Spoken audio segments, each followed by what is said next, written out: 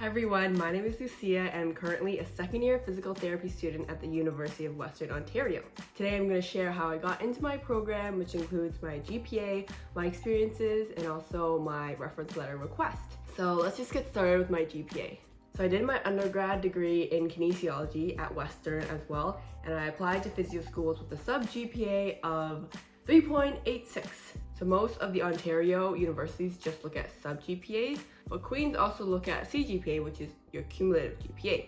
Your sub GPA includes your grades for your classes in your last 20 credits, and that's usually what you've done so far in fourth year, your third year, and a little bit of your second year. So if you're not really sure how to calculate your GPA, I can quickly put up the institution scale chart and also the conversion chart. Just find your institution and then you match that number in the conversion table to see the ranges for calculating your GPA. So my advice for you is to always double check the calculation that ORPAS has done for your sub GPA. For me, they actually calculated it wrong and it was lower than what it should have been. So yeah, actually manually calculate it, make sure they got that right because every little point is pretty important.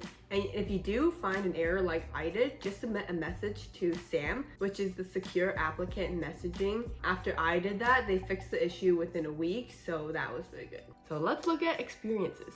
For the Western application, they give you space to put 4 non-physical therapy related experiences and 4 physiotherapy related experiences. I think it's good if you are able to showcase that you are aware of the other settings that physiotherapists work in. So for example, beyond just the MSK clinic, there's neuro rehab and there's physios that work at the hospital. It's good to show a diverse set of areas. So for me, I volunteered at 2 different orthopedic clinics.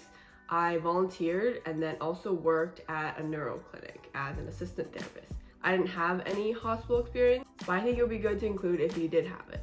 Now for the non-physical therapy related experiences, this is your chance to really showcase who you are and showcase your unique experiences. So here are the 4 experiences that I listed.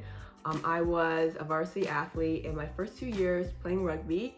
I started a knowledge translation Instagram account to educate the public about health, fitness, and a little bit of nutrition stuff as well. I volunteered in Mexico City, educating the children regarding health, healthy eating, and just healthy living in general because child obesity is a big issue there.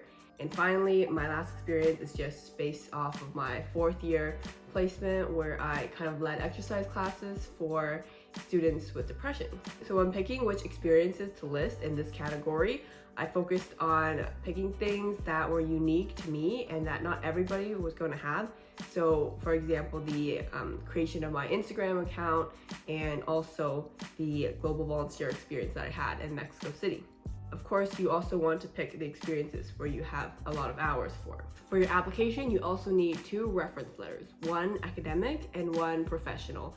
It is November right now, so I think now is the perfect time to reach out if you haven't already. You don't want to wait till the last minute. First tip, make sure you ask for a strong reference letter. Don't just say, can you write me a reference letter? Sure, they can, but you really want it to be a good one. I have heard of instances where people have written negative things in somebody's reference letter. So for your academic reference letter, try to pick a professor who you've had for many classes kind of over a long span of times. If you have no leads on who to ask for this yet, maybe try to sit in the front for a few classes, ask some questions at the end, be extra keen. If you haven't asked for the reference letter yet, try to ask in person so they can really put a name to the face and probably recognize you better.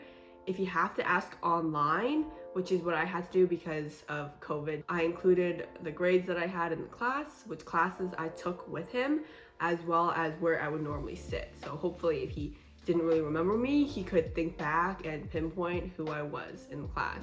For my professional reference, I asked a physiotherapist who I worked with for over a year. So I requested the letter over email too, so I can put the email that I sent to her. And I think it's good to ask somebody who is a physiotherapist for your professional reference letter because they know what the application committee is looking for, hopefully, if they have been in school somewhat recently. And if not, you can always list the things that you think you would want them to talk about. I also got my professional reference to read over my personal statement, which was really helpful.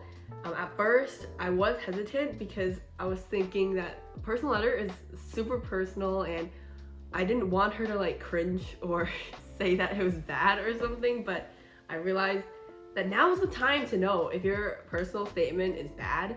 You know, don't be embarrassed. At least it's caught early and it doesn't get down to the point where it brings your whole application down and you don't get into business school. So that would be the worst case. I'll be giving my advice for writing your personal statement as well as writing the Casper test in future videos. I'm gonna try to get them out as soon as possible. I hope this was a useful video for you and you got some tips for your application. Don't compare yourself with me too much. I know that's like the whole point of me making this video, but everybody has their own strengths and weaknesses of their application, and everybody has something unique to offer. It's just a matter of making sure you communicate that effectively and you really show what you are capable of bringing to the table. So good luck with that, and hopefully I'll see you in my other application tips videos or vlogs. I also make vlogs, so yeah.